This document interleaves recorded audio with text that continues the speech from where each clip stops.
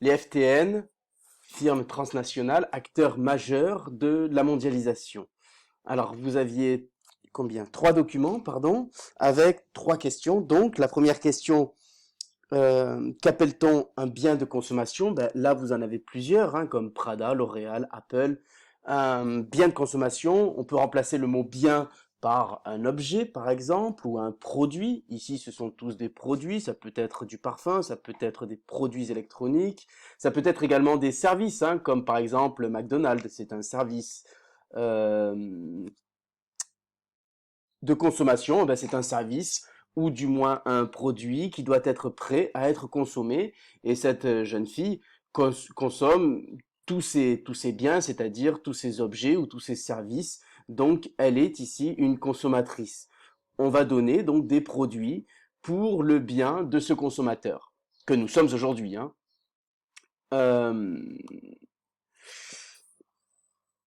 Pourquoi peut-on dire que ces biens sont des produits mondialisés? Bah, tout simplement parce que tous ces biens ici, tous ces produits ou même ce service sont répandus sur la planète tout entière. Ce n'est pas comme un simple restaurant ici à Alicante qui n'a lieu qu'à Alicante, où ces produits viennent peut-être de la région d'Alicante, où les consommateurs sont des Alicantins. Vous voyez ici, ce sont des produits qui sont mondialisés. McDonald's, nous en avons partout dans le monde et il représente ici une culture américaine. Donc on a une partie de l'Amérique consommée en Europe, mais également dans le monde entier. Donc c'est un produit mondialisé.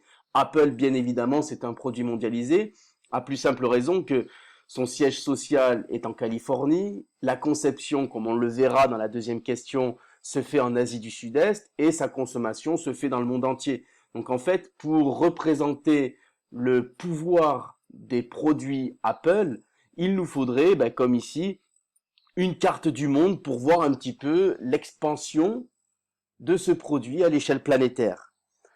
Alors, la question était relativement simple. Où se situe la conception, c'est-à-dire l'innovation, la recherche? Tout se fait ici en Californie, à Cupertino.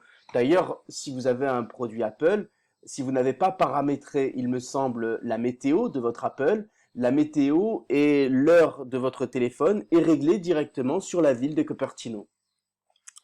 Euh, donc c'est à Cupertino que l'on va réfléchir sur la conception de ce nouveau produit, de ce nouveau bien, que ce soit un Apple, un iPhone, un iPad ou tout autre objet sorti des usines Apple.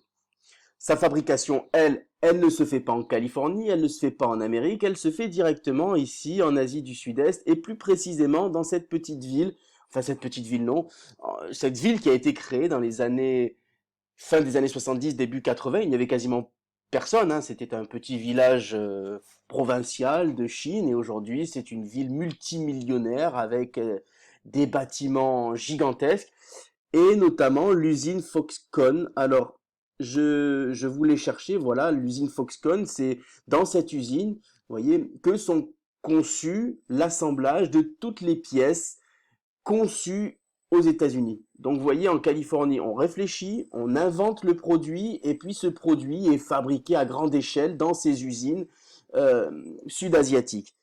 Et troisième question, donc,